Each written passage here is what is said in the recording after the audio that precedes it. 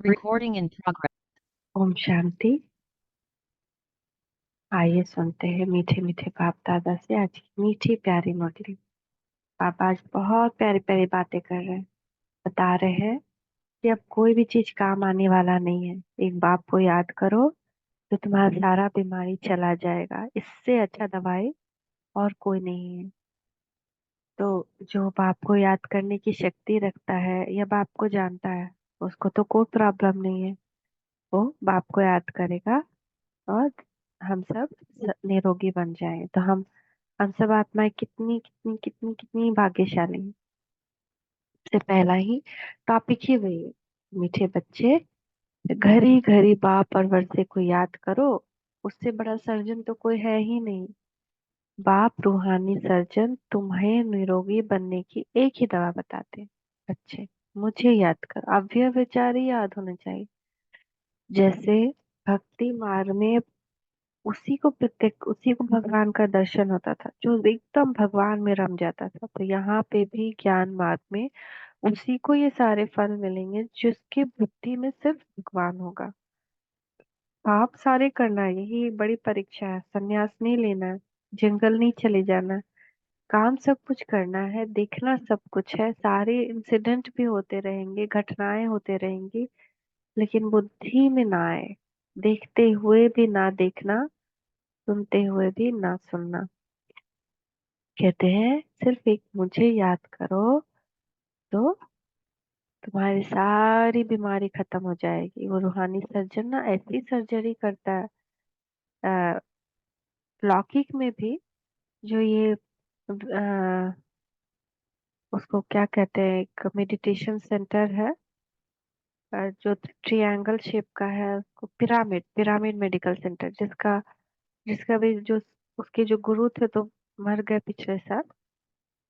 अ, लेकिन उनको ब्रह्म गुरु सब कहता है। वो लोग ब्रह्म महातत्व से योग लगाते हैं। अहम ब्रह्मास्मि, अहम ब्रह्मास्मि, मैं ही ब्रह्म, मैं ही शून्य हूँ। तो उसमें भी जो जो ध्यान करते थे, बहुत सारे लोग को बहुत सारे अनुभव हुए हैं, और कोई झूठ नहीं, ये भी नूंद है। तो वो लोग क्या करते थे कि जब वो ध्यान में जाते थे, बहुत बीमारी है, एक्सीडेंट हो गया है, अचानक वो ध्यान में चले गए, एक्सीडेंट टेबल पे पड़ा हुआ है उनका, हॉस्पिटल में हॉस्पिटलाइज्ड है, और वहां सूक्ष्म वतन में उनका सर्जरी वो अपना देखे होते हुए कि उनका सर्जरी हो रहा है सूक्ष्म वतन में, और जितना अंदर का जितना ऑर्गन में चीर, बहुत सारा प्रॉब्लम था, सारा ऑर्गन का सर्जरी। और उसमें भी बड़े बड़े जो धर्म गुरु हैं, सारे धर्म गुरु वहां पे, उन सबकी उनका सबका सूक्ष्म आत्मा वहां पे था। तो जो भी फरिश्ते हैं, जो भी सूक्ष्म अ, वतन में रहते हैं, जैसे गुलजार, जैसे उन्हीं की ट्रिब्यूनल भी बैठती है। वो भी जैसे मास्टर सर्जन हो गए ना, तो वो उनको भगवान नियुक्त भी करते हैं कि जाओ ये काम करो वो काम करो। तो फरिश्ते के द्वारा, जैसे बाप दादा क्या हुए, भगवान उनके द्वारा काम करा, उनके अंदर वही है ना, शिव बाबा ही है ब्रह्मा बाबा के अंदर। तो कौन कर रहा है पूरा दुनिया का सृष्टि का काम? वही कर रहे हैं, वही कर रहे ब्रह्मा बाबा के अभी भी लाइट के स्वरूप के द्वारा।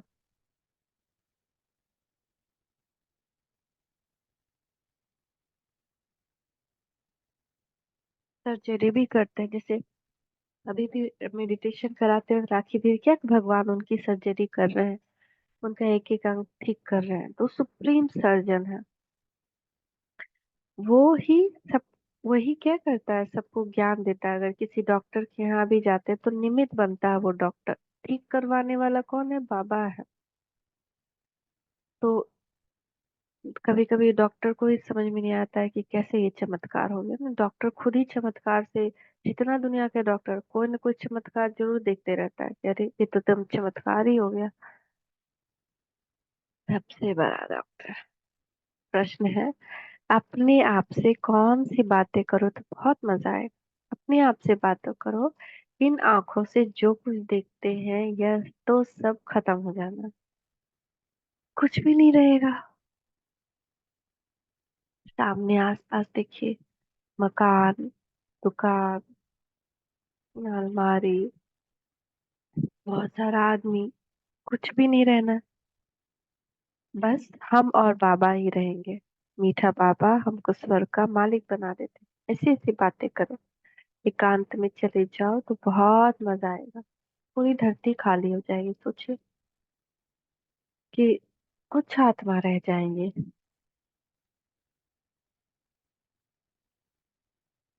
और कुछ आत्मा ऊपर से आएंगे, कुछ आत्मा रह जाएंगे जो सत्युग की स्थापना में मदद करेंगे, जैसे कंस्ट्रक्शन वंस्ट्रक्शन करवाना, ये सब क्लीनिंग वगैरह करवाना। तो साइंस बहुत उन्नति कर रहा है, जो वो साइंस सत्युग के काम में आने वाला है। बाकी सारी 9 लाख भी नहीं होंगी उस वक्त, क्योंकि 9 लाख तो, बाकी 9 लाख तो ऊपर से उतरेंगे, कुछ ही होंगे। 1 लाख 2 लाख पूरी धरती पे। कैसा होगा? पूरी धरती खाली शमशान, सब ऊपर मच्छर सदृश परम धाम में कुछ भी नहीं रहेगा। जो आज आपसे लड़ने आएगा ना, वो भी नहीं रहेगा। जो गाली देता है, जो लड़ता है, या जो पर आस पास पड़ोसी तंग करता है, कोई भी नहीं रहेगा। कितना दया आएगा उस वक्त, रहम कितना रहेगा। लेकिन जितना योग की अवस्था, हम लोग भी नहीं रह सकते हैं। हम लोग भी तभी रह सकते हैं अंत में भी, जब योग से हमारा हृदय इतना स्ट्रांग हो गया कि वो नजारा देख सके, नहीं तो हम भी चले जाएंगे। और ट्रिब्यूनल बैठता उन्हीं लोगों का सूक्ष्म वतन में, जैसे गुलजार दादी रहेंगी, ब्रह्मा बाबा रहेंगे, मम्मा रहेगी। ये सारे जो बहुत महा महा महा अष्टरत्न है ना, वो 8 ट्रिब्यूनल में रहेंगे। वहां पे काम क्या देगा? सर्टिफिकेट।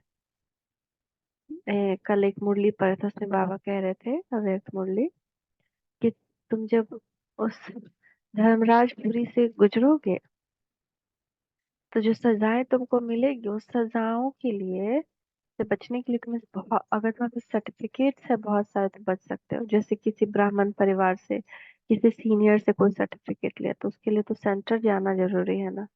कोई भी सर्टिफिकेट नहीं है, सेंटर ही नहीं गए हैं, तो ये तो एक और इल्जाम लग जाएगा। कोई सेवा ही नहीं की, मुंह ही नहीं खोला, तो और इल्जाम लग जाएगा। तो ट्रिब्यूनल बैठती है। जब एक ये बुक खत्म होगा ना, तो एक बुक है धर्मराजपुरी पे, पढ़ेंगे।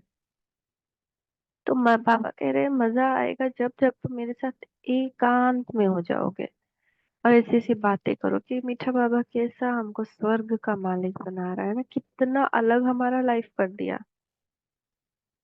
बाकी सब परम धाम में चले जाएंगे, और हमको वो परम धाम, भाया परम धाम, सूक्ष्मतन भाया सूक्ष्मतन भाया परम धाम,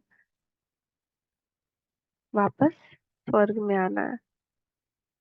तो ओम शांति। परम पिता शिव भगवान वाच, मीठे मीठे बच्चों को पुरुषोत्तम संगम युग युग कदम कदम पर याद करना रहना चाहिए। ये नहीं याद रहे कि ये कलयुग है। हम दुनिया के लिए कलयुग है, लेकिन हम संगम में हैं। क्योंकि यहाँ से वो सीधे चले जाएंगे, लेकिन हम सतयुग जा रहे हैं, तो राउंड हो रहा है ना, तो हम संगम पे हैं। यह भी तुम बच्चे ही जानते हो, सो भी नंबर वार पुरुषार्थ अनुसार। यह बुद्धि में याद रहे, हम अभी पुरुषोत्तम संगम युग पर पुरुषोत्तम बन रहे हैं, सब आत्माओं में उत्तम बन रहे हैं। और यह जो रावण का पिंजड़ा है, उनसे बाबा हमको छुटकारा दिलाने आया है। जैसे कोई पंछी को पिंजड़े से निकाला जाता है, तो वो बहुत खुश होकर उड़कर सुख पाते हैं। तुम बच्चे भी जानते हो, ये रावण का पिंजड़ा है। अनेक प्रकार के दुख ही दुख है। अब बाप आए हैं इस पिंजरे से निकालने के लिए। है तो मनुष्य ही, शास्त्रों में लिख दिया है।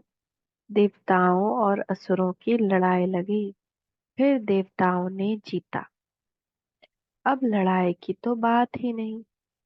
तुम अभी असुर से देवता बन रहे हो। आसुरी रावण अर्थात 5 विकार पर तुम जीत पाते हो। आसुरी रावण अर्थात 5 विकारों पर तुम जीत पाते हो, न कि रावण संप्रदाय पर। रावण संप्रदाय पर जीत नहीं पाना है। पांच विकार के ऊपर जीत पाना है। पांच विकार को ही रावण कहा जाता है। बाकी किसको जलाने आदि की बात नहीं। जलाना है पांच विकार को योग अग्नि में, याद की अग्नि में। तुम बच्चे बड़े खुश होते हो। अभी हम ऐसी दुनिया में जा रहे हैं जहाँ न गर्मी है न सर्दी, सदैव बसंत ऋतु ही रहती है। सतयुग स्वर्ग की बसंत ऋतु अब आती है। यह बसंत ऋतु तो थोड़े समय के लिए आती है। वह बसंत ऋतु तो तुम्हारे लिए आधा कल्प के लिए चल आती है। ना यहाँ तो दुनिया में अगर बसंत ऋतु आती है तो अब तो आता ही नहीं है ना, बसंत तो दिखता ही नहीं है, कभी बसंत भी आ गया तुरंत हाई तुरंत लो, एकदम वैसा।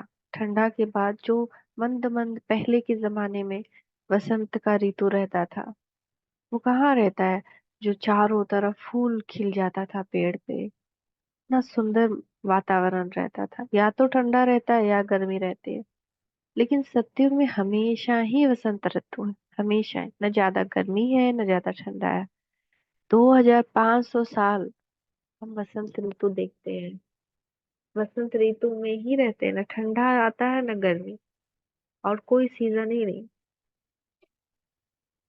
यह बसंत ऋतु तो थोड़े समय के लिए आती है। वह बसंत ऋतु तो तुम्हारे लिए आधा कल्प के लिए आती है।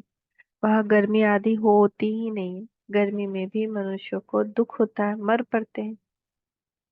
इन सब दुखों की बातों से छूटने के लिए हमको अविनाशी सर्जन बहुत सहज दवाई देते हैं। उस सर्जन के पास जाएंगे तो अनेक दवाइयां आदि याद आएंगी। यहाँ इस सर्जन के पास तो कोई दवाई नहीं। उनको सिर्फ याद करने से सब रोग छूट जाते हैं, और दवाई आदि की कुछ भी बात नहीं। पूरे दिन में एकदम गहराई से मीठा बाबा, मेरा बाबा, प्यारा बाबा 108 बार करके देखिए। इतना सुंदर अनुभव होगा। और कुछ बुद्धि में नहीं, आत्मा हूं मैं, तो मैं अपने मीठे बाबा को मीठे मीठे रूप से याद करूं, बहुत दिल से याद करूं। मेरा बाबा ही मेरा संसार है। इतनी गहनता से याद करिए।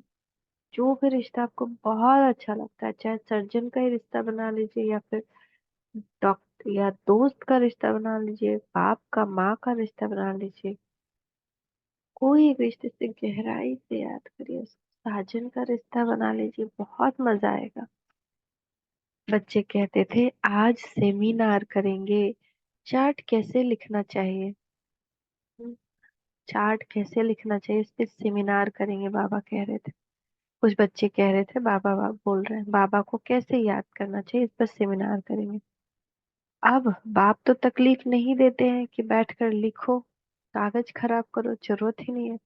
बाप तो सिर्फ कहते हैं कि बुद्धि से बाप को याद करो। अज्ञान काल में बाप को याद करने के लिए चार्ट बनाया जाता है क्या। इसमें लिखा पढ़ी करने की भी जरूरत नहीं। बाप को कहते हैं बाबा हम आपको भूल जाते हैं। कोई सुने तो क्या कहेंगे। बाप को कोई भूलता है क्या। लौकिक बाप को हम चार्ट पे लिख के याद करते हैं क्या। बाबा आज पूछ रहे हैं, कहते भी हैं हम जीते जी बाप के बने, क्यों बने हैं। बाप से विश्व की बादशाही का वर्षा लेने। तो साकार में पहले बाबा ऐसा बोलते थे, लेकिन बाद में याद का चार्ट रखने बोलते थे कि ये चार्ट रखो, एटलीस्ट ये लिख दो। ओ, ओ सब कुछ ठीक रहा ओके, सब कुछ ठीक नहीं रहा O/K, जरा भी कोई विकार आया कुछ गड़बड़ हुई O/K, ज्यादा भी नहीं लिखना है। तो कहते भी हैं हम जीते जी बाप के बने, क्यों बने हैं। बाप से विश्व की बादशाही का वर्षा लेने। फिर ऐसे बाप को तुम भूलते क्यों हो। ऐसा बाप जिससे इतना भारी वर्षा मिलता है, उनको तुम याद नहीं कर सकते हो। इतना बार तुमने वर्षा लिया फिर भी भूल जाते हो। बाप से वर्षा लेना तो या है तो याद भी करना है। दैवी गुण भी धारण करने, लिखना क्या है। यह तो हर अपने दिल से पूछे। नारद का भी मिसाल है, खुद कहते हैं बड़ा भक्त था। तुम भी जानते हो जन्म जन्मांतर के हम पुराने भक्त हैं, नारद के समान ही है ना। पुराने भक्त, बहुत बहुत भक्ति की है हमने, हमको याद नहीं है। लेकिन जब शुरुआत होती है ना भक्ति की, तो सबसे बड़ा भक्त कौन? विक्रमादित्य। उसके बाद बहुत हमने भक्ति की, बहुत शिव की भक्ति की। जब जब पिछले जन्म में गए, कॉपर एज के, सतयुग, त्रेता युग, द्वापर युग में जब गए, अपना सारा जन्म देखे, कई जन्म, बहुत बहुत बहुत भक्ति में बीती, शिव बाबा की भक्ति में। तो बाबा की हम सब ने बहुत भक्ति की है। जब इस टाइम में अभी, जब तमो प्रधान भक्ति है, जब तब हम इतना भक्ति करते थे कि शिवरात्रि मनाते थे, ये करते थे, और मंदिर में जाकर क्या फीलिंग रहता था हमारा। मेरा तो फीलिंग रहता था कि हम बहुत बात करें। जब ऑफिस जाना होता था तो शिव मंदिर से होके ही जाते थे, और एक पैकेट दूध लेके ही जाते थे। और स्पेशली मंडे को जाकर शिवलिंग पे सारा कुछ चढ़ा के आना। और दूसरे जगह भी थे, तो वहां पे भी शिव बाबा का मंदिर था, तो हम लोग अभी कितना बाबा को याद करते थे। मन करता था उनके पास जाएं, उनको गले लगाएं, और उनके बहुत करीब जाने का मन करता था। लेकिन तरीका नहीं पता था, लिंग से थोड़ी कहीं जा सकते हैं। और लिंग के बारे में भी शास्त्रों में क्या क्या लिख दिया है, बहुत गंदी गंदी बातें लिख दी है। पूरा भगवान पर कितना कचड़ा फेंक दिया है। और यही बाबा हमको फिराकर शुद्ध पावन बना रहे हैं। हम मीठे बाप को याद कर कितना खुश होते हैं। जो जितना याद करते हैं, वही लक्ष्मी नारायण को वरने लायक बनते हैं। कोई गरीब का बच्चा जाकर साहूकार की गोद लेता है तो कितना खुश होता है। बाप को और प्रॉपर्टी को ही याद करते हैं। यहाँ तो बहुत है जिनको बेहद का बाप का बच्चा बन जाए, लेने का भी अकल नहीं है। अपने आप को छोटे, कभी कभी सूक्ष्म वतन चले जाए, अपने आप को छोटे बच्चे जैसा देखिए। छोटे बच्चे को बाप दादा ने वो छोटे बच्चे को गोद में उठा लिया है, जैसे मैं उनका प्रहलाद हूँ, और उनका हाथ मेरे ऊपर है। बाबा कह रहा है, बच्चे मैं हमेशा तुम्हारे साथ हूँ, कभी भय को आने नहीं देना, हमेशा निडर बने रहना। हमारे साथ भगवान है, तो हमको कभी किसी बात में डरने का जरूरत नहीं। हमारे साथ जो भी होगा ना, वो और अच्छा होगा, अच्छे से अच्छा होगा, क्योंकि ये अच्छा ही बनने का टाइम है। यहाँ तो बहुत है जिनके बेहद का बाप का बच्चा बन रजाई लेने की भी अकल नहीं है। रजाई लेने का भी अकल नहीं है। 7 दिन का कोर्स कर लिया, ये पता नहीं कि होता क्या है। ये वंडरफुल बात है। जो बाप स्वर्ग का मालिक बनाते हैं उनको याद नहीं कर सकते, बाप बच्चों को अडॉप्ट करते हैं। ऐसे बाप को याद न करना, यह तो वंडरफुल बात है। घड़ी घड़ी बाप को और प्रॉपर्टी याद आनी चाहिए कि बाबा हमको क्या दे रहे हैं। बाप कहते हैं, मीठे मीठे सिकिलधे बच्चों, तुमने बुलाया ही है अडॉप्ट करने के लिए। बाप को बुलाया जाता है ना, बाप ही स्वर्ग की स्थापना करते हैं, स्वर्ग का वर्षा देते हैं। तुम पुकारते भी हो, बाबा हम पतितों को आकर गोद में ले लो। आप ही कहते हो, हम पतित कंगाल, छी छी, वर्थ नॉट अ पेनी है। बेहद के बाप को तुम भक्ति मार्ग में पुकारते हो। अब बाप कहते हैं, भक्ति मार्ग में भी तुमको इतना दुख नहीं था, अब अभी मनुष्य को कितना दुख है। पाप आया है तो जरूर विनाश का भी समय होगा, तभी भगवान आया है। भगवान ही क्यों आता जब विनाश का नहीं समय होता? तो वो आता ही है विनाश के समय में, महाकाल बन करके। तुम जानते हो इस लड़ाई के बाद फिर कितने जन्म, कितने वर्ष लड़ाई का नाम ही नहीं रहेगा। इस महा लड़ाई के बाद, ये जो बहुत बड़ा लड़ाई होने वाला है, इस लड़ाई के बाद फिर तो कम से कम 2500 साल तो कोई लड़ाई नहीं होगा। कभी लड़ाई लगेगी नहीं, ना कोई दुख रोग आदि का नाम होगा, ना कोई दुख होगा, ना रोग होगा, कुछ भी नहीं, एक दिन का भी खुजली भी नहीं। वहां मच्छर भी नहीं होता है। मच्छर भी आसुरी दुनिया का उत्पत्ति है। वहां कोई ऐसा कीड़ा कमड़ा नहीं होता है, सांप बिच्छू ये सब नहीं होता है। ये सब जो है ना, ये सब जैसे जैसे तमोप्रधान सृष्टि बनती गई वैसे वैसे इन सब की उत्पत्ति होती गई। पहले के जमाने में शुरुआत से ये सब नहीं था। जितना जितना गंदगी बढ़ते गए हमारे मन की, हमारे बुद्धि की, जितने जितने हम तामसिक होते गए, हम प्रकृति वैसी होती गई। पहले लहसुन प्याज नहीं उगता था धरती से, ये सब साग सब्जी नहीं उगता था धरती से। धरती सुंदर सुंदर फल हमको प्रकृति पति को बना कर देती थी। सात्विक, क्योंकि सात्विक दुनिया थी। जब रासिक दुनिया आती है तो रासिक उत्पत्ति शुरू हो जाती है। और जब तामसिक दुनिया आती है तो हर चीज तामसिक। अभी देखिए कैसा फ्रूट आ गया है, ड्रैगन फ्रूट, लोंगन, ये सब थोड़ी था पहले। तो बीमारी भी नहीं थी इतनी।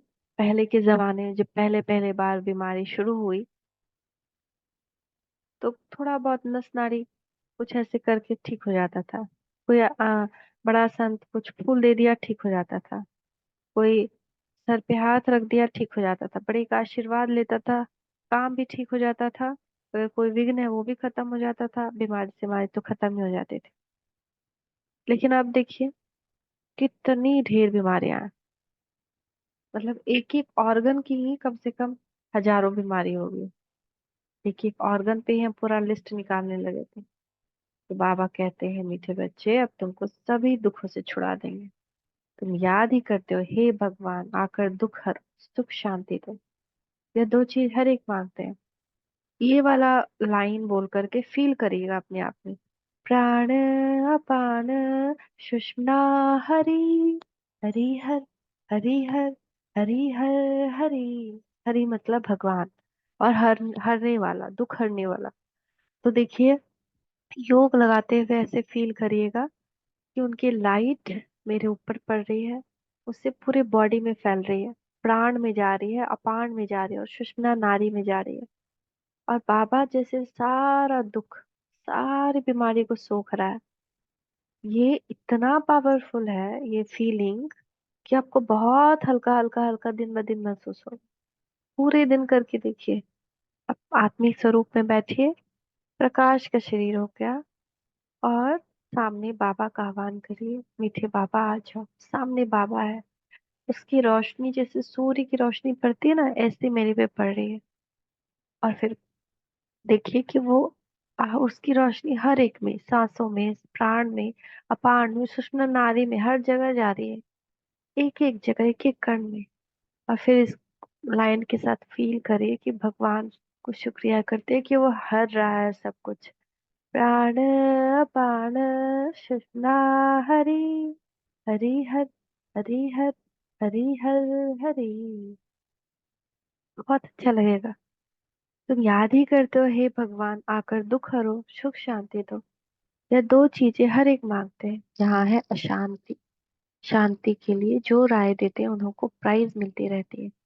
आइए दोपहर में आइए, 12:30 बजे के करीब आइए। साइलेंस की शक्ति से हर एक बीमारी का इलाज है। हम लोग सब मिलकर और करेंगे तो और योग अग्नि बढ़ेगी ना।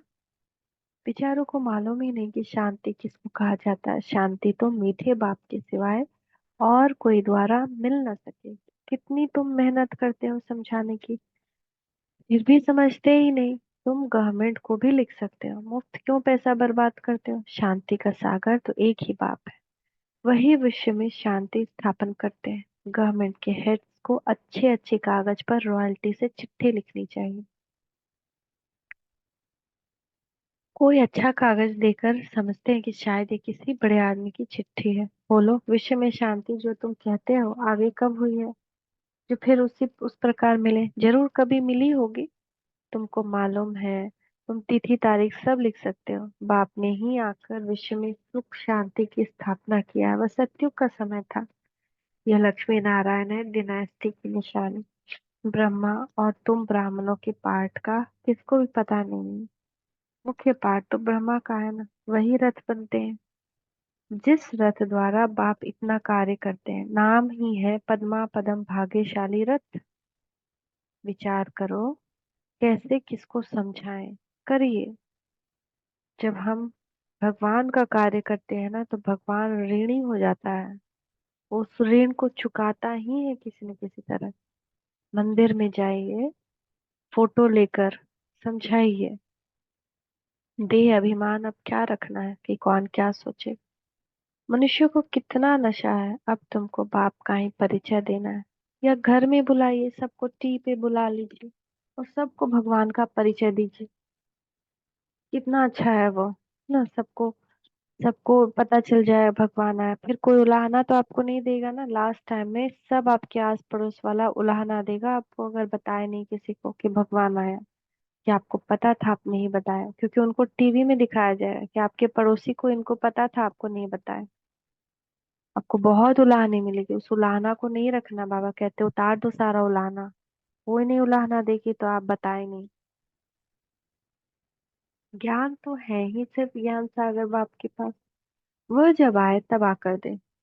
तब तक ज्ञान तो कोई दे न सके। भक्ति तो सब भक्त करते ही रहते हैं, ज्ञान एक ही बाप देते हैं। ज्ञान का स्थायी पुस्तक कोई बनता नहीं। ज्ञान तो कानों से ही सुनना होता है। ये किताब आदि जो तुम रखते हो, यह सब टेम्पररी, यह सब खत्म हो जाएंगे। तुम नोट्स लिखते हो, यह भी खत्म हो जाने हैं। यह सिर्फ अपने पुरुषार्थ के लिए। बाप कहते हैं टॉपिक्स की लिस्ट बनाओ तो याद आएगा। परंतु यह तो जानते हैं पुस्तक आदि कुछ भी नहीं रहेंगे, तुम्हारी बुद्धि में सिर्फ याद ही चल पड़ेगी। एक टाइम आएगा ना, कुछ भी नहीं रहेगा। सोने का बेड भी नहीं रहेगा। तो उस वक्त के लिए सिर्फ हम जो पढ़े लिखे हैं अभी, योग के द्वारा बुद्धि को पावन बनाकर धारण किए हैं, तो याद रहेगा। तो देखिए, आज का पढ़ा हुआ ही याद रहता है या नहीं रहता है। रिवाइज करिए। आत्मा बिल्कुल पाप जैसी भरपूर हो जाती है। बाकी जो भी तुम पुरानी चीजें इन आंखों से देखते हो वो भी खत्म हो जाए, पिछाड़े में कुछ भी नहीं रहना है।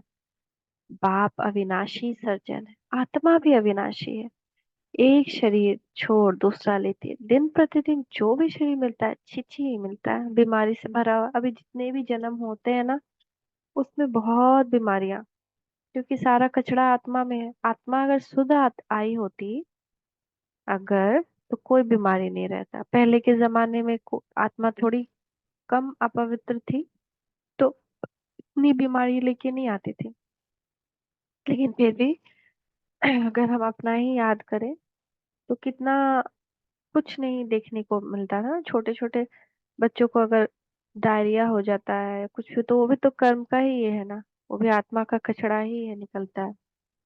लेकिन अब कितना कुछ होता है, अब तो ऑर्गन ही फेल होने लगता है, सांस ही नहीं लेता है बच्चा।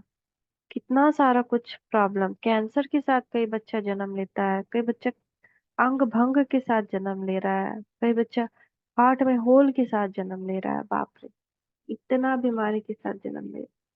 अभी तुम बच्चे जानते हो, हम शिष्टाचारी बन गए, बाप ही बनाते हैं। साधु संतारी थोड़ी बनते हैं, बाप तुमको शिष्टाचारी बनाते हैं। बाबा कहते हैं मीठे बच्चे, मैं तुम्हें अपने नैनों पर बिठा कर ले जाऊंगा।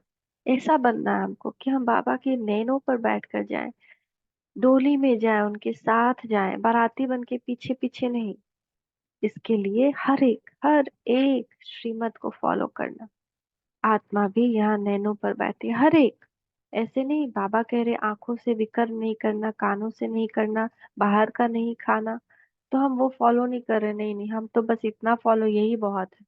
भगवान का एक एक बात सर आंखों पे, तभी हम उनके सर आंखों पे रहेंगे। आत्मा भी यहाँ नैनों पर बैठती है।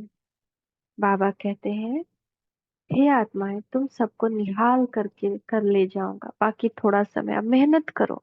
अभी नहीं मेहनत करेंगे तो अब कब करेंगे। अभी ही मेहनत करने का टाइम, बहुत थोड़ा टाइम। क्योंकि उस दिन, कल या परसों जो ड्रीम जगह जगह में दिखाई दिया कि बड़ा बड़ा एकदम काला काला एटम बम का आग का गोला, न चारों तरफ आग, एकदम दौड़ रहा है, आत्माओं के पीछे आत्माएं भाग रही हैं, लेकिन कोई बच नहीं पा रहा। अपने दिल से पूछो, मैं स्वीट बाबा को कितना याद करता हूँ। हीर रांझा का विकार के लिए लव नहीं था, शारीरिक प्यार था। याद करते थे और सामने आ जाता था, दोनों आपस में मिल जाते थे। बाप कहते हैं तुम भी ऐसे बनो। हीर रांझा का विकार के लिए लव नहीं था, हाँ, लेकिन उनका जिस्मानी प्यार था। एक दूसरे को प्यार करते थे, लेकिन वो प्यार बेकार के लिए नहीं था। एक दूसरे को याद करते थे और एक दूसरे के सामने आ जाते थे। तो बाबा कहते हैं कि ऐसे बाबा को याद करो। जो ऐसे बाबा को याद करेंगे तो कौन आ जाएगा हमारे सामने? खुद बाबा आ जाएगा। दोनों सामने मिल जाते थे। बाबा कहते तुम भी ऐसे बनो। वह है एक जन्म के आशिक माशुक, तुम हो जन्म जन्मांतर के। हम हर जन्म में बाबा को प्यार करते आए हैं। कभी भक्ति स्वरूप में, तो कभी ज्ञान स्वरूप में बहुत प्यार करते हैं। हम जन्म जन्मांतर के आशिक माशुक हैं। कभी हमारा बाबा से रिश्ता खत्म नहीं होता है। वो हमारा जन्म जन्मांतर का साजन है। बाकी सब बदल जाते हैं। आज जो माँ इस जन्म में माशूक है, पिछले जन्म में दुश्मन रहे, अगले जन्म में बेटा रहे, अगले जन्म में पति रहे, भाई रहे, दोस्त रहे, या कुछ भी ना रहे। ये भी कोई और मासूक बन जाएगा, कोई और हर जन्म में बदलता है। लेकिन ये आशिक माशूक का रिश्ता जो बाबा के साथ है, वो जन्म जन्मांतर नहीं बदलता है। तो कितना लव होना चाहिए बाबा से। ये बातें इस समय ही होती है। आशिक माशूक का अक्षर भी स्वर्ग में नहीं है, वहां ऐसा कुछ नहीं होता है। वहां भी पवित्र रहते हैं। मनसा में ही ख्याल आते हैं, सामने देखा और खुश। तुम बच्चों को देखने की तो कोई चीज नहीं। इस समय तुम सिर्फ अपने को आत्मा समझो और माशूक बाप को याद करो। आत्मा समझ बाप को बहुत खुशी से याद करना है। बाप समझाते रहते हैं, भक्ति मार्ग में तुम ऐसे आशिक थे, माशूक पर कुर्बान जाते थे। ऐसे हमने भक्ति की है। ऐसे आशिक थे हम भगवान के। कितना पैसा खर्चा करना भगवान के ऊपर, कितना कुछ व्रत तप नेम सब कुछ करना। आप आएंगे तो हे माशूक हम तुम पर वारी जाएंगे। अब माशूक आया हुआ है सबको गोरा बनाने। तो जो जैसा है ऐसा बनाने की कोशिश करते हैं। तुम गोरा बनते हो तो शरीर भी गोरा में बनेगा। गोरा यानी शुद्ध बनेगा। आत्मा में ही खाद पड़ती है। अब तुम मुझे याद करो तो खाद निकल जाएगी। मन मत बिल्कुल नहीं मिलाना, बिल्कुल नहीं, न मन मत न पर मत। एग्जैक्टली आंखें, कान, नाक, मुख, ये सब समेट लेना है कछुए की तरह। अंतर्मुखी इसको कहते हैं। कि इससे किसी की चीज पे हमारा ध्यान नहीं जा रहा, किसी रस का आकर्षण नहीं, किसी भी रस का। एक रस जो अवस्था बाबा कहते हैं, एक रस, एक व्रता, एकांत, सबके बीच में रहते हुए सिर्फ एक की याद, वही अव्यभिचारी याद है। और उसी से उस उच्च पद की प्राप्ति होगी। गीता में भी है, गीता भी पढ़ सकते हैं, उसमें भी है। यहाँ तुम बच्चे आते हो, एकांत बहुत अच्छी है। पादरी लोग भी पैदल करते हैं, एकदम साइलेंस में रहते हैं, माला हाथ में रहती है। कोई को देखते भी नहीं है, धीरे धीरे चलते जाते हैं। वे लोग क्राइस्ट को याद करते रहेंगे। किसी तरफ भी उनकी नजर नहीं जाएगी। बाप को तो जानते ही नहीं, मेरे लिए तो कह देते हैं नाम से नहीं आ रहा है। अब बिंदी है तो देखेंगे क्या? बिंदी को कैसे याद करेंगे, किसको पता नहीं। तुमको अभी मालूम पड़ा है, तुम यहाँ आते हो। मधुबन का तो गायन है। यहाँ है सच्चा मधुबन जहाँ तुम आते हो। ये सच्चा मधुबन माउंट आबू का मधुबन है, वो मधुबन नहीं। ये मधुबन जहाँ कृष्ण की आत्मा कृष्ण का के जैसे बनी। तुम यहाँ आते हो, जितना हो सके तुम एकांत में याद में रहो, किसको भी देखो नहीं। ऊपर छतें तो पड़ी हैं, बाबा की याद में सवेरे छत पर चले जाओ, बड़ा मजा आएगा। सवेरे सवेरे चले जाओ। कोशिश करो रात को 1-2 बजे जागने की। तुम नींद को जीतने वाले मशहूर हो। अर्जुन को निद्रा जीत कहा जाता है ना। तो हमको बाबा भी, ब्रह्मा बाबा भी निद्रा जीत बने, मम्मा भी निद्रा जीत, हमको भी निद्रा जीत बनना। जितना जितना 5 स्वरूप करेंगे ना, निद्रा जीत बन जाएंगे। फिर रात को जल्दी सो जाओ। फिर 1-2 बजे उठकर छत पर एकांत में याद की यात्रा करते रहो। बहुत जमा करना है। बाप को याद करते बाप की महिमा करने लग जाओ। आपस में भी यही राय करते रहो, बाबा कितना मीठा है, उसको याद करने से ही पाप कटेंगे। यहाँ बहुत जमा कर सकते हैं, यहाँ चांस अच्छा मिलता है। घर में तो तुम कर नहीं सकेंगे, फुर्सत ही कहाँ रहती है। दुनिया का वाइब्रेशन, वातावरण बहुत खराब रहता है। मैं मधुबन का बात कर रहे, वहाँ इतना सुंदर वाइब्रेशन है। दुनिया का सबसे हाईएस्ट वाइब्रेशन वहाँ पे है। वहां को याद करने से वहां का वाइब्रेशन हमको यहाँ भी मिलता है। जो शांति स्तंभ को याद करे तो महसूस होता है शांति स्तंभ से किरणें आ रही हैं। वहां इतनी याद की यात्रा नहीं होगी। अब इसमें लिखने की भी क्या बात है? आशिक माशुक लिखते हैं क्या? अंदर में देखो, हमने किसको दुख तो नहीं दिया, कितने को याद दिलाया।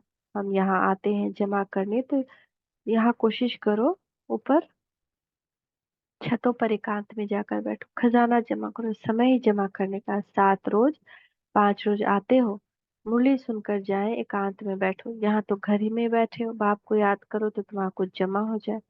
बहुत माताएं बांधेलियां हैं, याद करती हैं, शिव बाबा बंधन से छुड़ाओ। विकार के लिए कितना मारते हैं, खेल दिखाया है ना, द्रौपदी के चीर हरे। तुम सब द्रौपदियां हो ना, तो बाप को याद करते रहना। बाबा युक्ति तो बहुत बतलाते, इसमें स्नान आदि की बात नहीं रहती। हाँ, पखाना लैट्रिन में जाना होता है तो स्नान जरूरी है। मनुष्य तो स्नान के समय भी किसी देवता या भगवान को याद करते हैं। मुख्य बात ही है याद की। ज्ञान तो बहुत मिला हुआ है, 84 के चक्र का ज्ञान है। अपने अंदर में बैठकर देखो, अपने से पूछो, ऐसा मीठा मीठा बाबा जो हमको स्वर्ग का मालिक बनाते हैं, उनको सारे दिन में कितना याद किया। मन भागता तो नहीं, कहाँ भागेगा, दुनिया तो है नहीं, ये सब खत्म हो जाना है। हम और बाबा ही रहने वाले हैं। ऐसे ऐसे अंदर में बातें करो तो फिर बहुत मजा आएगा। यहाँ जो भी आते हैं वो पुराने भक्त हैं, जो नहीं आते हैं समझो आजकल के भक्त हैं, वो देरी से आएंगे। शुरू से भक्ति करने वाले जरूर बाप से वर्षा पाने आएंगे। यह गुप्त मेहनत है। जो धारणा नहीं करते हैं उनसे कुछ भी मेहनत होती नहीं। यहाँ तुम आते ही हो रिफ्रेश होने, अपने से मेहनत करो। 1 हफ्ते में तुम इतना माल इकट्ठा कर सकते हो जो वहाँ 12 मास में नहीं। यहाँ 7 रोज में सारी कसर निकाल सकते हो, बाबा राय देते हैं।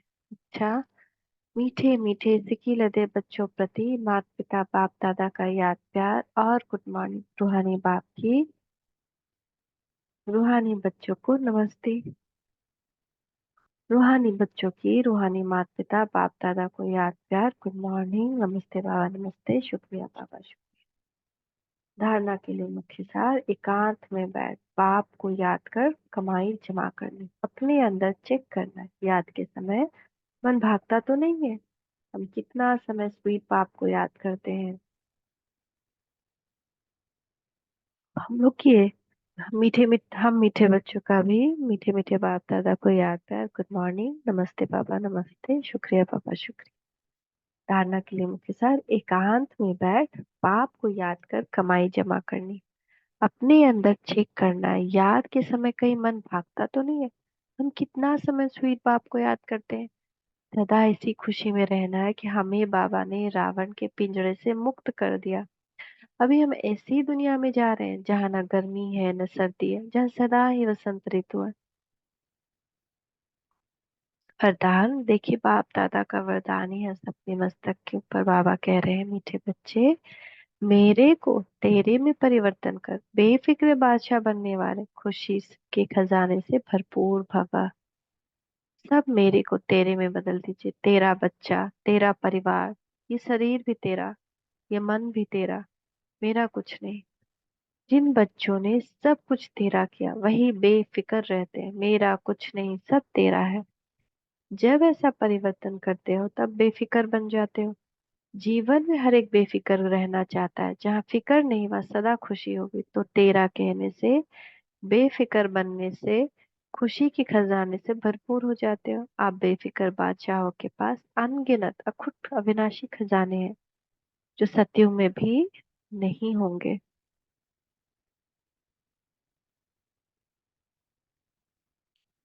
उन खजानों को सेवा में लगाना अर्थात जमा का खाता बढ़ाना। दुआओं का खजाना बढ़ाइए, दुआएं दीजिए, शक्तियों का दान दीजिए, मनसा सेवा करिए, योग दान दीजिए, ज्ञान दान दीजिए। ये जितना दान करेंगे, जमा का खाता बढ़ता जाएगा। ओम शांति, ओम शांति, ओम शांति।